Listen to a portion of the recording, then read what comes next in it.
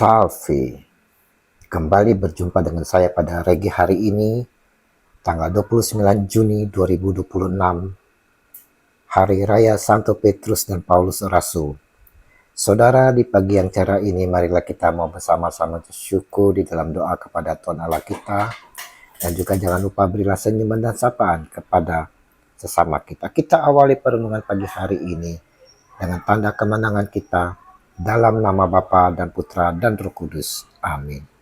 Setia melayani sampai akhir hayat. Bacaan liturgi hari ini diambil dari Kisah Para Rasul 12 ayat 1 sampai dengan 12, bacaan kedua 2 Timotius 4 ayat 6 sampai 8, dilanjutkan ayat 17 sampai 18, dan Injil Matius 16 ayat 13 sampai dengan 19. Saudara-saudara yang terkasih, sebelumnya saya mohon maaf apabila dalam Regi hari ini suara saya agak kurang jelas karena saat ini saya sedang sakit dan mohon doanya. Hari ini saudara yang terkasih, Gereja Katolik merayakan Hari Raya Santo Petrus dan Paulus Rasul. Dengan menyimak bacaan pertama akan pengalaman ilahi dari Petrus Rasul, saya teringat saudara akan pengalaman pribadi saya di mana saat saya disekap di ruang gelap, pintu terkunci, dengan mata tertutup dan dengan kain hitam dan tangan di belakang terikat serta kedua kaki pun diikat.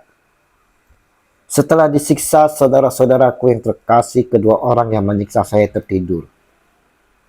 Tiba-tiba setelah saya berseru dalam bahasa roh, semua ikatan terbuka, pintu terbuka, dan saya dapat melarikan diri. Puji Tuhan, haleluya.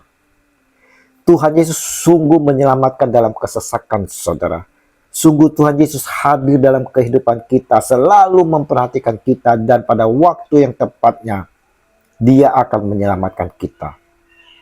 Percayakah saudara akan kehadiran Yesus dalam kehidupan kita yang siap menyelamatkan kita pada waktu yang tepat? Pertanyaannya, kenapa Petrus bisa bebas? Kenapa saya secara pribadi bisa bebas?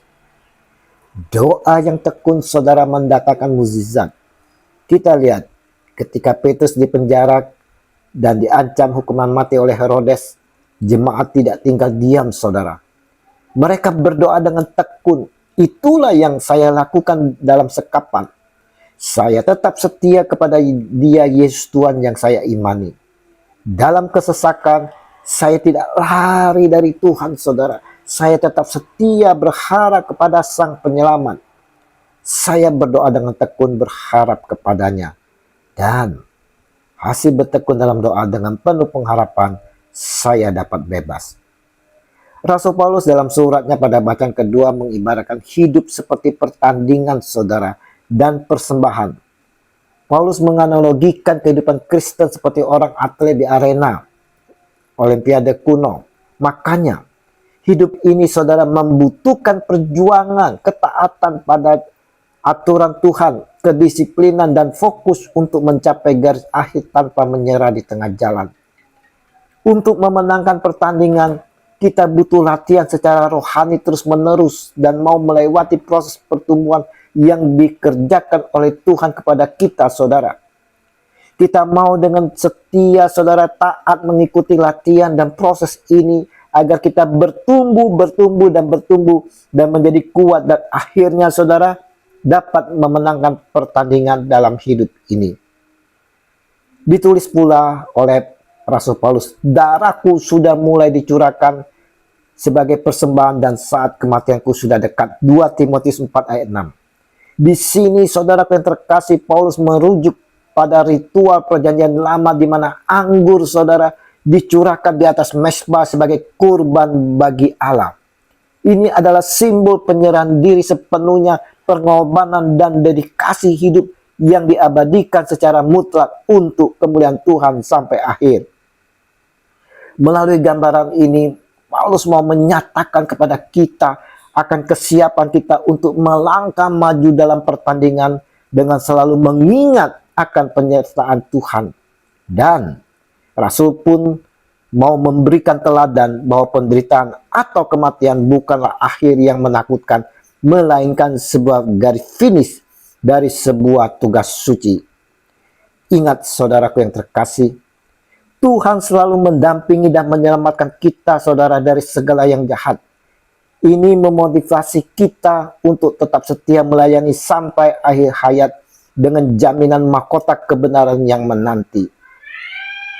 Melalui Injil hari ini, Yesus mau saudara mengetahui sampai sedalam apa pengakuan para murid saudara juga kepada kita akan dirinya. Ia bertanya kepada murid-muridnya, kata orang siapakah anak manusia itu? Jawab mereka, ada yang mengatakan Yohanes Pembaptis, ada juga yang mengatakan Elia, dan ada pula yang mengatakan Yeremia atau salah seorang dari para nabi. Lalu Yesus bertanya kepada mereka, tetapi apa katamu? Siapakah aku ini? Maka jawab Simon Petrus, engkau adalah Mesias, anak Allah yang hidup. Matius 16 ayat 13 sampai dengan 16. Nah, saudara-saudaraku yang terkasih, bagaimana pengakuan diri kita saat ini akan anak manusia, saudara? Tanpa kesetiaan dan ketaatan kepadanya, mustahil saudara kita akan mengenal siapa anak manusia itu. Ingat, pengakuan Petrus bahwa Yesus adalah Mesias, anak Allah yang hidup merupakan fondasi iman yang kokoh. Dengan pengakuan Petrus ini, maka Yesus melanjutkan dengan berkata, dan aku pun berkata kepadamu, engkau adalah Petrus, dan di atas batu karang ini aku akan mendirikan jemaatku dan alam maut tidak akan menguasainya. Matius 16 ayat 18. Batu karang yang menjadi dasar gereja. Yesus berjanji saudara bahwa alam maut tidak akan pernah menguasai gerejanya. Pengakuan ini juga harus menjadi dasar hidup pribadi kita, meyakini Yesus secara personal, bukan sekedar kata orang lain.